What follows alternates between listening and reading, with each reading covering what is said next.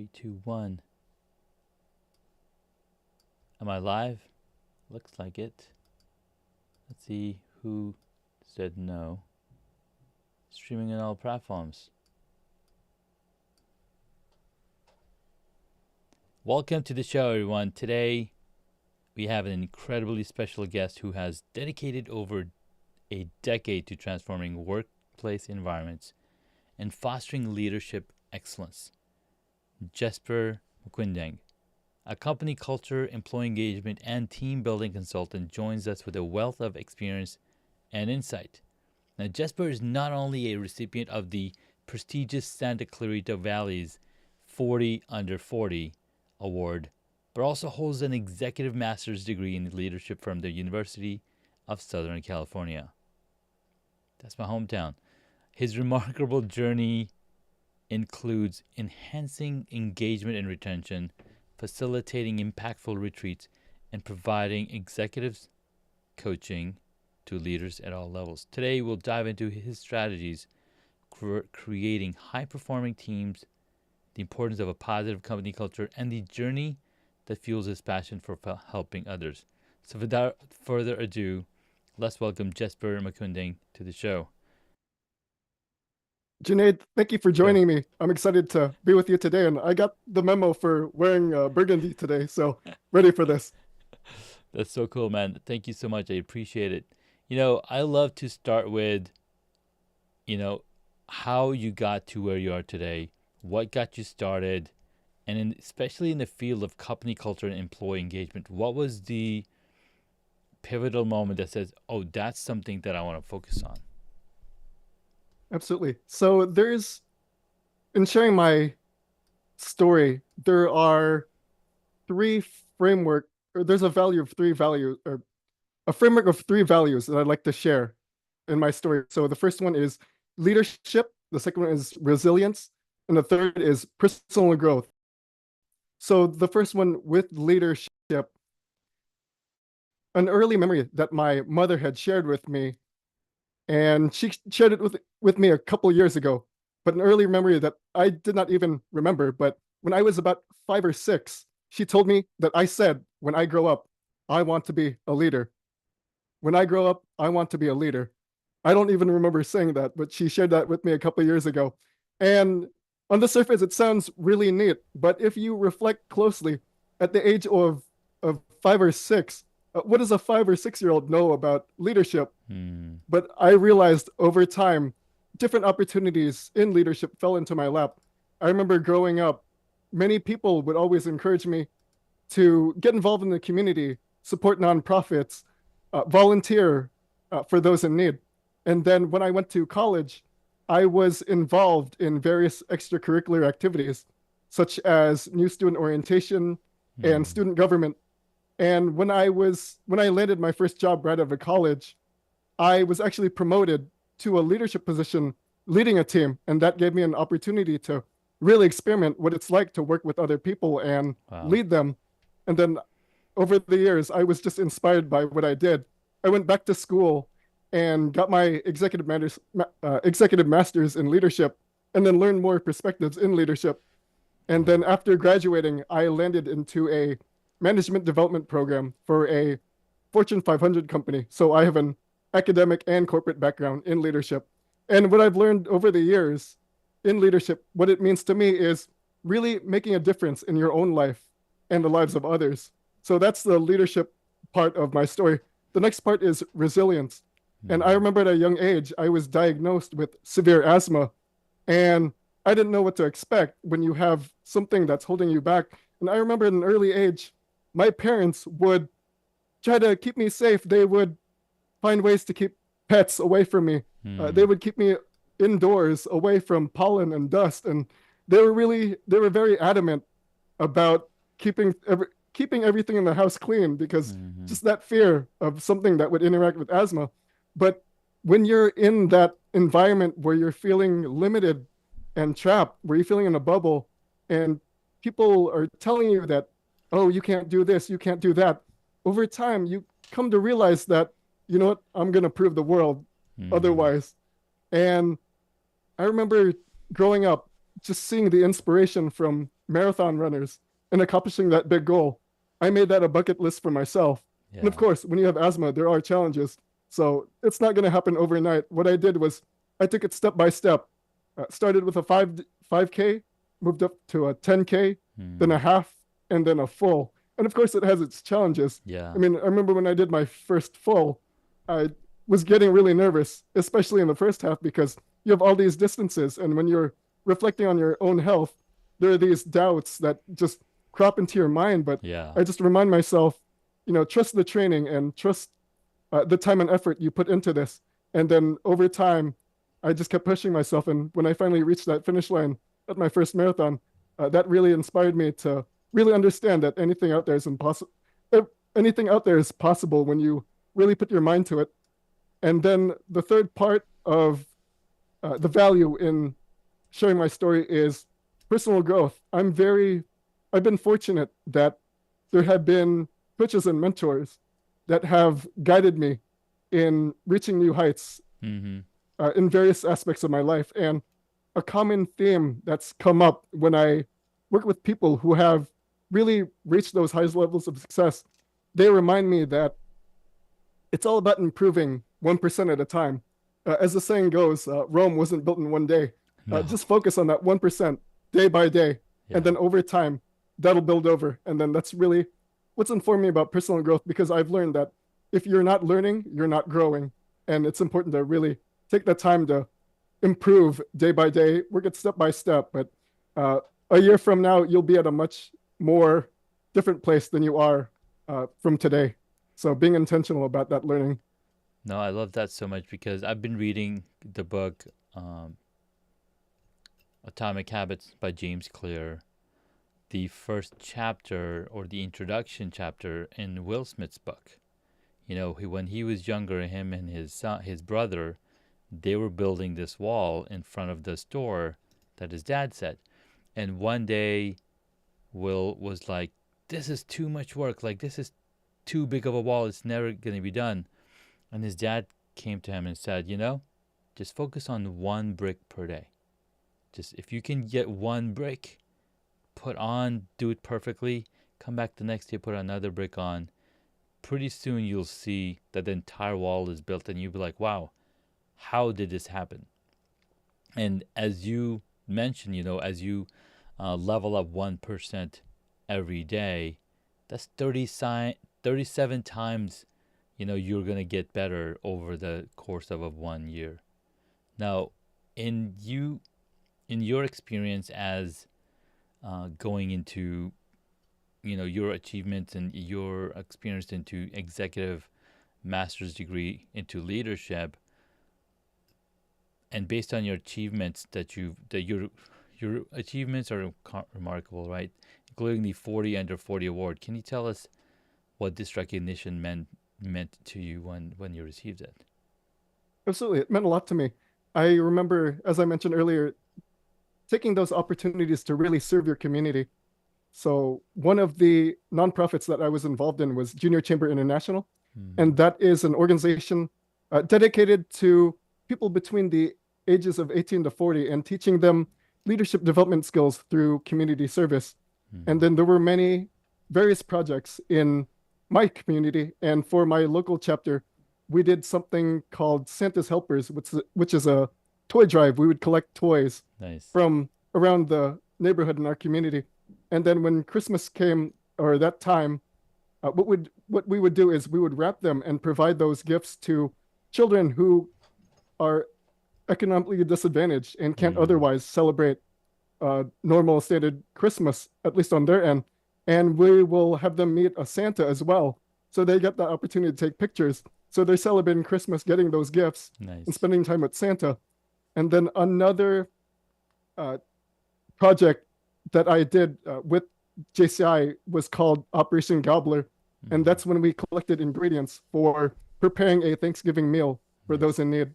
So, within those projects and over the years, just supporting those projects and continuing to support other community endeavors, Mm. that's when it started to add up. And when that honor came of being recognized as 40 under 40, Nice. it meant a lot to me because it showed that my efforts meant something in Yeah. really helping others. Yeah, putting others' needs first puts you, helps you achieve the things that you're looking to achieve as well, because the karma of it all comes around, and it helps you elevate. Now, you've worked extensively on enhancing employee engagement and retention. What are some of the key strategies you found to be most effective? Yes, I would say a lot of it starts with our leaders and managers. And part of it is buy-in, and another part is active listening. So I'll start with the buy-in. Mm-hmm. If a leader and manager is not putting in the time and effort to build their culture, for example, they're saying that they believe in this value, but they're not applying it in the workplace, employees and staff members will notice that. And when they notice that something else, a different type of value, or there's inconsistency that's being tolerated, employees will start to follow suit. But on the other hand, if the leaders and managers are actually being intentional and conscious about building a stronger organization, where they're taking the time to clarify values, the vision, the mission, le- employees will start to see that, and they'll start to realize how important it is. And then Mm-hmm. they'll start to understand that they're part of something bigger than themselves, and they'll help that move forward. Another part of building an effective culture is that active listening for a leader and manager, because there are leaders and managers out there in the world where they're standing on the mountaintop and they're saying, I am the leader. This is my formal title. Therefore, here in the instructions, no questions asked, please. Just do as I say and say as I do. But we're realizing, based on just how it's being applied in the workplace, if a leader Mm-hmm. is like that, employees and staff members, they'll get burned out, Yeah. overwhelmed, because they're not getting that voice. So on the other hand, if the leaders and managers are taking that time to really pay attention to Mm. what's going on with their employees, that really gives an employee the opportunity to share what's on their mind, perspectives, and in that, leaders and managers get ideas, new ideas of how they can move forward and work together in a more effective way. So those are two of the ways to really build a more effective culture. So it's that buy-in, making sure Mm-hmm. that the leader and manager is very intentional about building that culture, and it's active listening, making sure employees are have that voice. So when you combine these elements, employees are a lot more engaged in the workplace. Dude, that's so powerful, and I can actually implement or apply that same philosophy into parenting.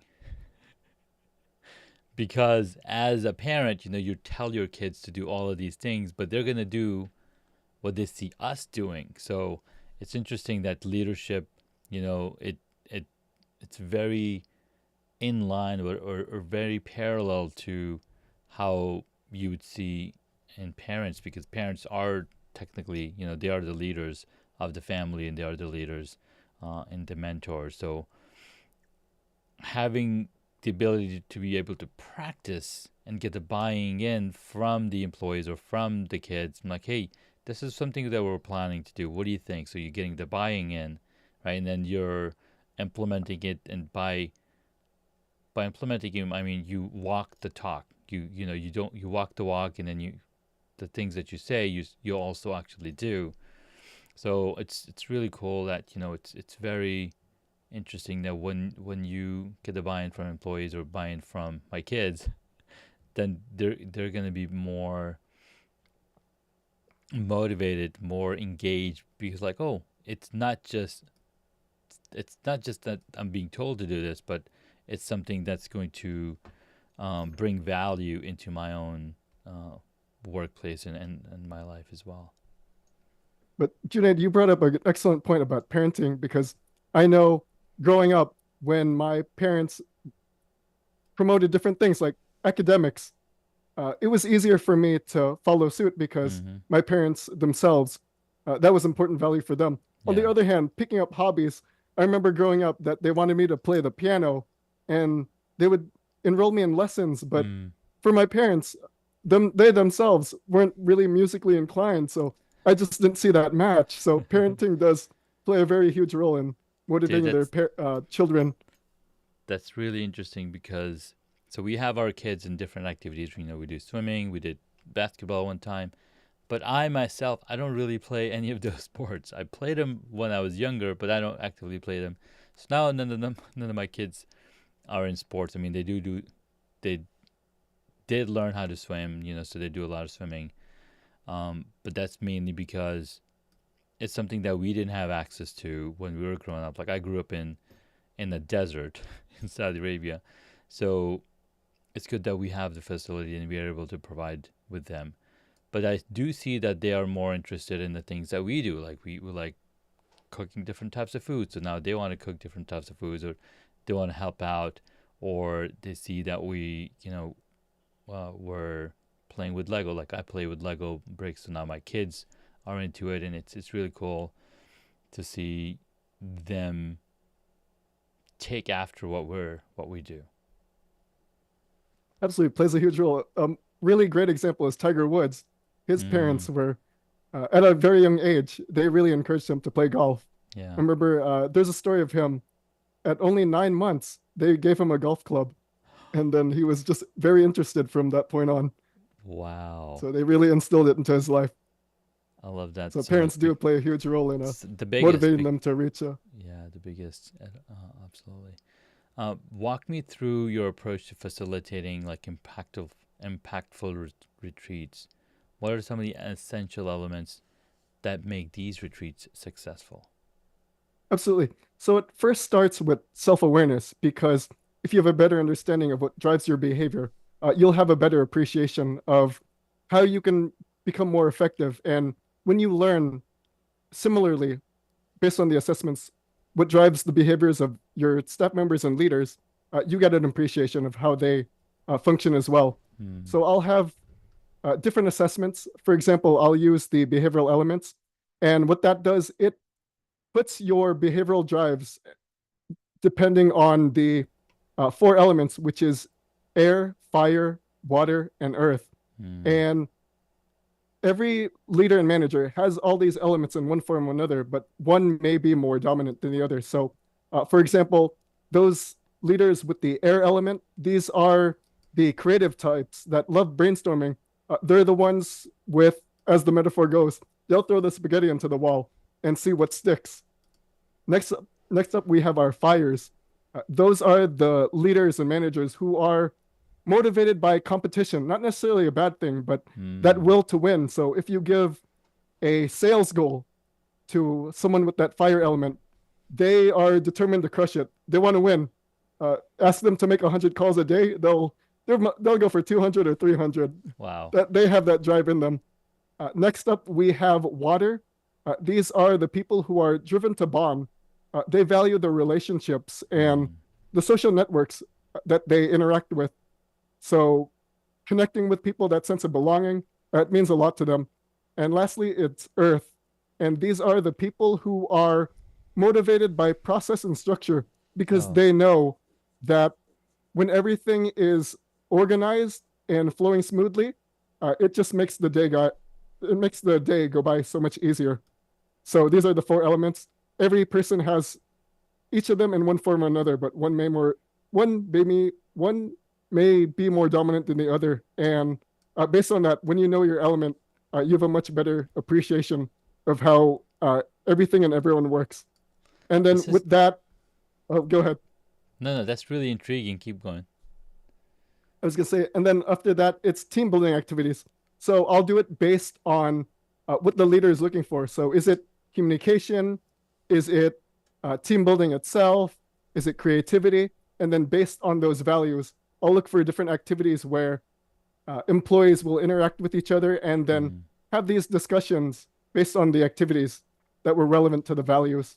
And then after that, what we'll do is we'll measure different other elements within the culture to see Hmm. where we can make improvements.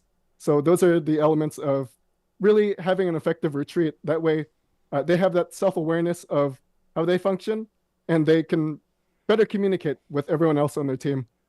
So, where did these four elements come from? I mean, that's really intriguing, and I know from the Chinese symbols or whatnot. They also have these four symbols of the water, fire, air, and earth. Are they very related to each other, or is there a different test that people have to take to understand which element they represent? So the specific behavioral elements that I'm referring to is provided by uh, Jay Johnson, and he is a TEDx speaker. And he came up with the elements, and then based on the personalities of those, he Hmm. used that, uh, those other things like Chinese, where they're referring to the personalities of fire, Yeah. earth, water, and air. But all taken together, it really gives you that perspective of how a person thinks and feels and Hmm. behaves. I love that, man. And now, in your experience as an executive coach, what are the common challenges leaders face, and how do you help them overcome these obstacles? So, a common challenge, especially today when we're moving past the pandemic, it's that sense of interactivity and connecting. It's not the same as it used to be because Mm. before the pandemic, when it was still the norm to be in person, I mean, remote and hybrid have always been around, but there was in person that was still what we were used to. And in those days, it was so much easier for someone to step aside of their desk Yeah. and walk to someone else's cubicle or office and say, Junaid, how are you today? Just checking to see how things are going. Hmm. Nowadays, with more people remote and hybrid, leaders have to be much more intentional about reaching out to their employees and Yeah. setting up that expectation. It's not really reaching out to their employees just to see the progress of their work, but leaders and managers should set the expectation that they want to reach out for the sake of really wanting to know how everything's going with that employee, Yeah. and just personal, professional, and just seeing how things are going. Because with remote and hybrid, this sense of isolation has just grown, and that's really changed how people relate to the world. So when Yeah. you're restoring that sense of belonging and connection, it means a lot to both the leader and manager and the employees. Excuse me, man. That's really true, and it is definitely harder, especially if you didn't grow up texting or using the social media platforms. I mean, I remember text chatting with people for a very long time because we used to use AOL Instant Messenger before, and then MSN Messenger, Yahoo Messenger. Like we grew up on these messengers before texting came to, or WhatsApp came to the desktop or whatnot. So that kind of kept me bound in being able to work remotely much easily. But it's really interesting to see the new crowd that was working remotely, and they're like, oh my god, I can't wait to go back to the norm where you get to talk to people in person. I was like, wait, it's not that bad. I mean, because I was kind of used to that kind of environment already, so it was really interesting to see how people wanted to go back. I'm like, I don't know what you talk. It's just fine, but it makes a lot of sense. Uh, Jesper, it's been really fun talking with you, understanding the influence and the professional approach that you brought to your career, and helping the executives and helping the leaders be more effective in creating a more culturally bound, or a employee safe place, I guess. I don't even know if that's a proper analogy of what you've been doing. Let's take a quick break, and when we get back, you can share 3 hacks that the audience can implement in their businesses, and how they can be better leaders in their companies. Sounds good. All right. What's happening, guys? We've been talking with Jesper, and really fun stuff. Hope you keep listening and keep ask some questions at the end, and we'll be able to answer. What I wanted to highlight today was the power of creating videos without having to worry about post editing. Now, what do I mean by that? Now, there's a ton of software out there that will let you create video content, but then you have to go in and then edit these videos out. It might be adding new stuff to it, or it might be taking away things. Those things are always kind of hard, like post production. And if you don't have the experience, it's kind of hard to do all of that. But there's a new software in town, and if you haven't heard of it, I've been using it for the past many years, and it's enabled my podcasting experience to be exquisite because I can set up my entire show in a way that resonates with how the show runs. So I have four different segments, and I'm able to pre-program or pre-design this, and when I do the recording, I'm able to then put these things together as I'm doing the recording. So when I'm done with the production, or done with the live recording, or done with the video recording, I can simply publish it without having to do a whole lot of editing. And this software is called Ecamm Live. We've been using this, and with this latest version 4.3, they've enabled integration with Zoom app. So a ton of people have been using Zoom for their conversations, their emails, their daily calls and whatnot, and integrating Zoom inside Ecamm Live just makes it so much easier because I can literally press a button and bring a guest in. And as you can see, Jessper is coming through Zoom, and it's just made it so much easier to bring him into the conversation and create this high level high level production out of it. So check out Ecamm Live. There's a link in the show notes. Now back to the show. Jessper, it's been really fun talking with you, and I learned so much. I mean, there's so many parallels in parenting and leadership, because as a parent, I'm constantly thinking about how can I be a better leader to my kids? How can I lead them to success, as opposed to telling them do this, do that, and then they're having them having this bad feeling or bad experience towards you. I'm like, this leader they're always telling me to do something and not doing it themselves. So it's really good to see the parallels and what makes sense. Now, I know you've been in this space for some time, and you've got some practical advice for us. So let's jump right in. Absolutely. The hacks I'd like to share today are actually related to self leadership, because the better you can lead yourself, you'll be in a better position to lead others. And the first hack I'd like to share is the idea with rating your day. That's right, rate your day. So you can use any scale that you want that works for you. For your day, you can use a scale from 1 to 10 or 1 to 5, or you can use a letter grade like A, B, or C. What you want to do is at the end of the day, you want to know how it went for you. So was your day a 7 or a 6? The reason you want to do that is because when you rate your day, you have an understanding of what you went through and how you can make it better. So, for example, if you for one day rated it as a 6, you'll ask yourself, why is it a 6? And due to that, how can I make it a 10 for tomorrow or the day after? And then the day after that, you'll rate it again, and then you'll see where you go. The purpose behind this is to really find ways over time to be more effective with how you plan and structure your day. So once you get to a higher level, you'll know you're on the right path for really scheduling your day. The second hack I'd like to share is make it a specific routine to learn something new every day. As we spoke earlier with that 1%, just improving every day.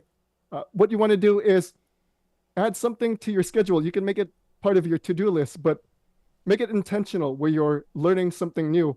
It can be reading a book. It can be a YouTube tutorial. It can be any other way where you can gather new perspectives and insights. Because when you're gathering all these ideas, a year from now, you'll have 365 new perspectives. And even if you act on 1 or 10 or 30 or all 365, 1 year from now, you'll be in a much different place than where you are today. And the third hack I'd like to share works well from transitioning from the second hack. And the third hack is the idea of teaching what you've learned. Now, I know people will be asking, wait, teaching others, what does that have to do with self leadership. When you're actually teaching others, you're reinforcing what you've learned. I think it was Richard Feynman who realized that when you're training others and you're sharing knowledge, you're really solidifying what you know. And when you give that opportunity to really share that wisdom with others, you're making that learning stronger for yourself. And within the realm of teaching, I would encourage everyone to, in some way, become a mentor to others and teach what you've learned. And the important part about mentorship is there are absolutely people, someone is out there in the world trying to learn what you know. And it would be such a great opportunity for you to be Yeah. that person to really teach what they want to learn and what they're looking for. And I would encourage you to be that person. So look for opportunities to mentor others. And those are the three hacks I have.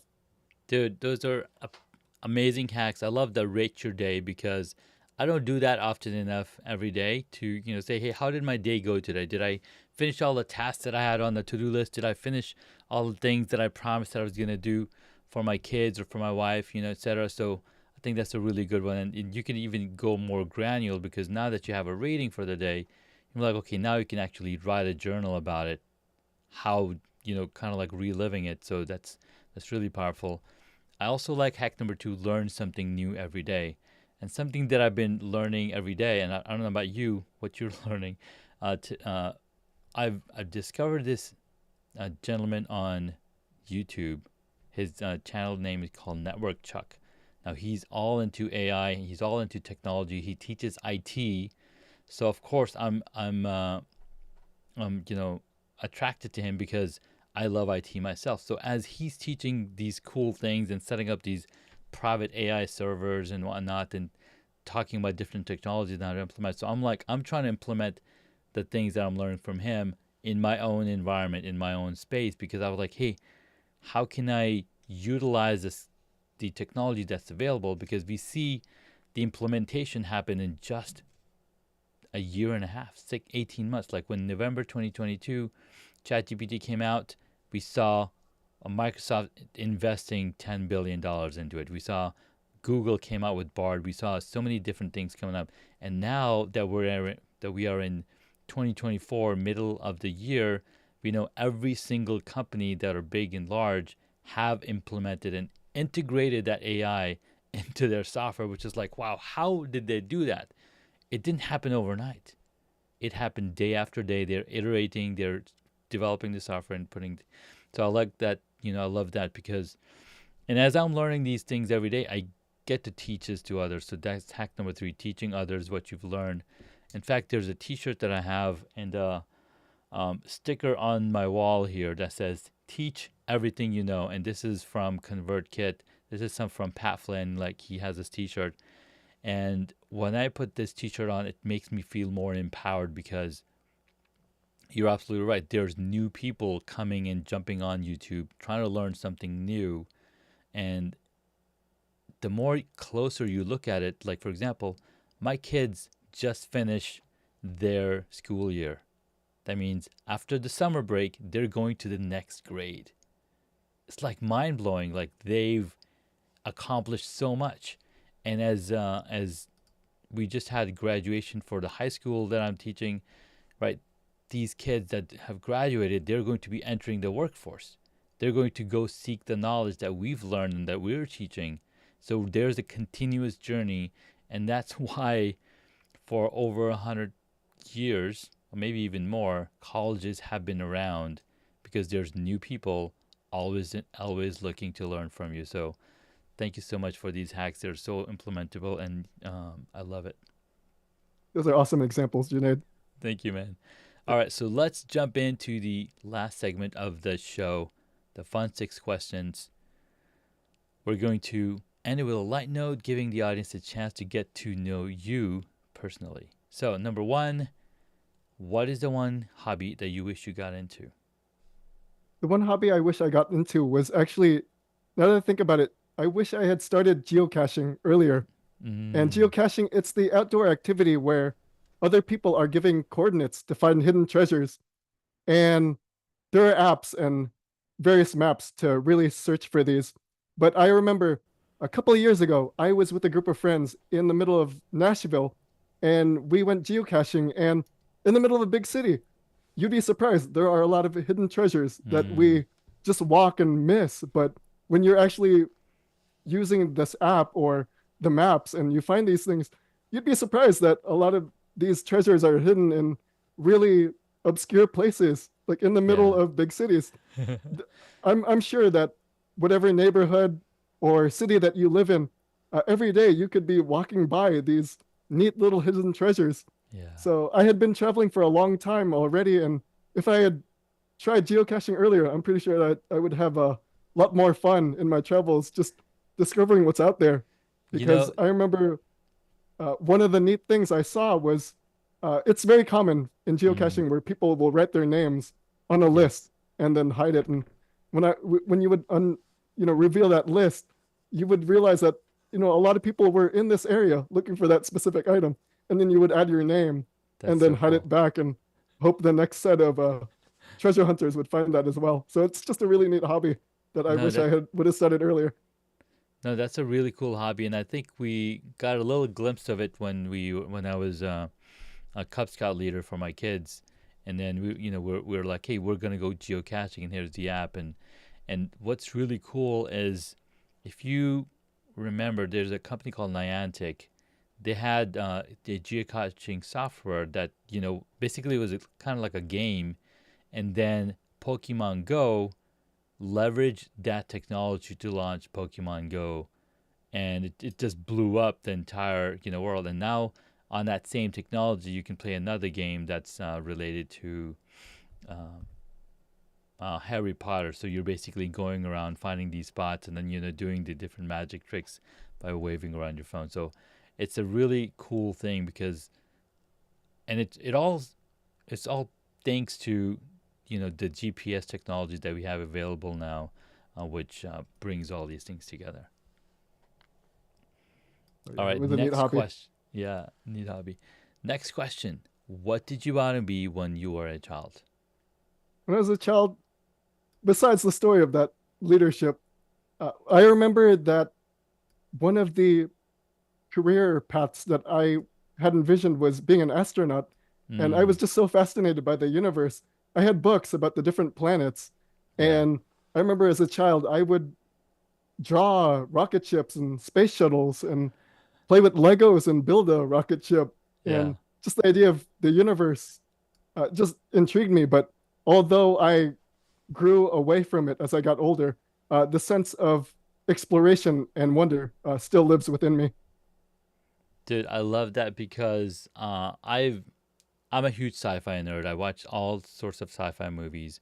In fact, when NASA came out with the Mars program posters, I think there's a total of 7 posters, and I have all 7 of them in my office, posted around because I love traveling. I love these sci-fi movies, and the reality of the fact is, technology is going to continue to evolve.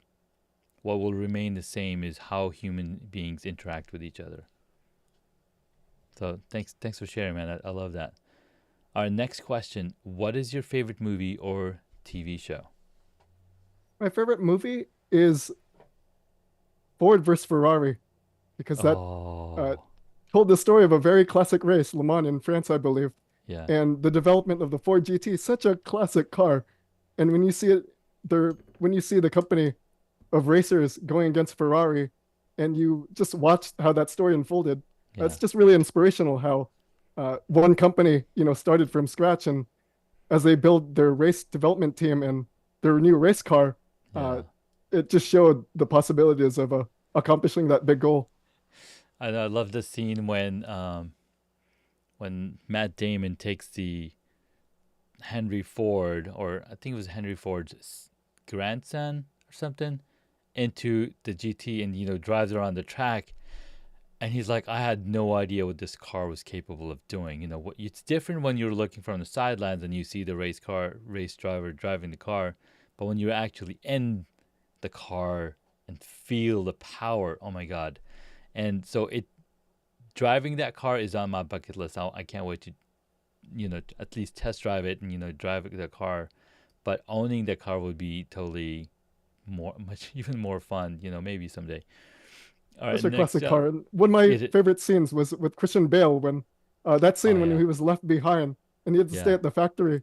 But yeah, it really highlighted his expertise, it did. where he on the radio he would listen to these breakdowns and he knew exactly what was going on. Yeah, no, it's the zone of genius part, right? When that we all have, and you understand exactly what's going wrong, and I'm sure that when you're listening to a leader and having a conversation, you know exactly what things they need to focus on to get better in their jobs or whatnot. All right, next up, what movie would you choose if you got to play a character in it? Oh, you know what? It would probably be Ford versus Ferrari Ford versus because Ferrari. the opportunity to either team, if I'm driving that Ford GT or one of the Ferraris, it must be a really cool experience, especially for No, a very classic race. 100%, 100%. All right, next up, who is your favorite superhero? Superhero. So for me, the superhero I have in mind is not a superhero in the traditional sense. I know when we think superhero, it's someone in a cape and they have special superpowers like lasers Yeah. and the ability to fly. For me, I grew up the Nickelodeon generation, so Mm. there was all that Double Dare, Legend of Hidden Temple. One of my favorite shows was The Rugrats, and my favorite character was the main character, Tommy. Mm-hmm. And what Tommy Pickles did is his superpower was really leading other people into adventure and exploration in new worlds. And Wow. when you watch those shows, you realize that imagination is such a powerful thing. And for me, based on that and the lessons that they've learned, the sense of adventure is such a great superpower. No, you're absolutely right. That is so true. All right, next up, if you were a board game, what would it be? It would be one of my favorite board games is Uno. It's such a fast-paced game where it can move in any direction. And I know when you get the draw four card, it's probably one of your favorite cards to play. And if you don't have that card, it's probably one of your scariest cards to uh, To receive, you right? know, Yeah. get to receive. So I just love how it's very interactive and it's just a fast pace and easy to learn. I love it. Well, Jesper, thank you so much for your time, your wisdom and your insights here on the podcast. Where can my audience find you? Yes, there are two places. First, you can find me on my website, familyconsulting.com, and there is a complimentary gift to take that behavioral elements assessment. And the second way is to find me on LinkedIn, search for Jessper Maquindang. I enjoy conversations about leadership development, personal growth, professional development, team building, company culture, you name it. Uh, as I share this, I want to remind the world, or I want to remind everyone that the world does need more leaders, and these are the types of conversations we should be having every day. So feel Yeah. free to reach out. Search LinkedIn for Jessper Maquindang. Well, Jesper, thank you so much again for your time. This was a lot of fun, and we'll catch you in the next episode. Thank you, Junaid. Great to join you today. Thank you. Well, guys, that's a wrap. Thank you so much for joining us. This was a lot of fun talking with Jesper, and we'll catch you in the next episode, like I mentioned, and we'll talk to you soon.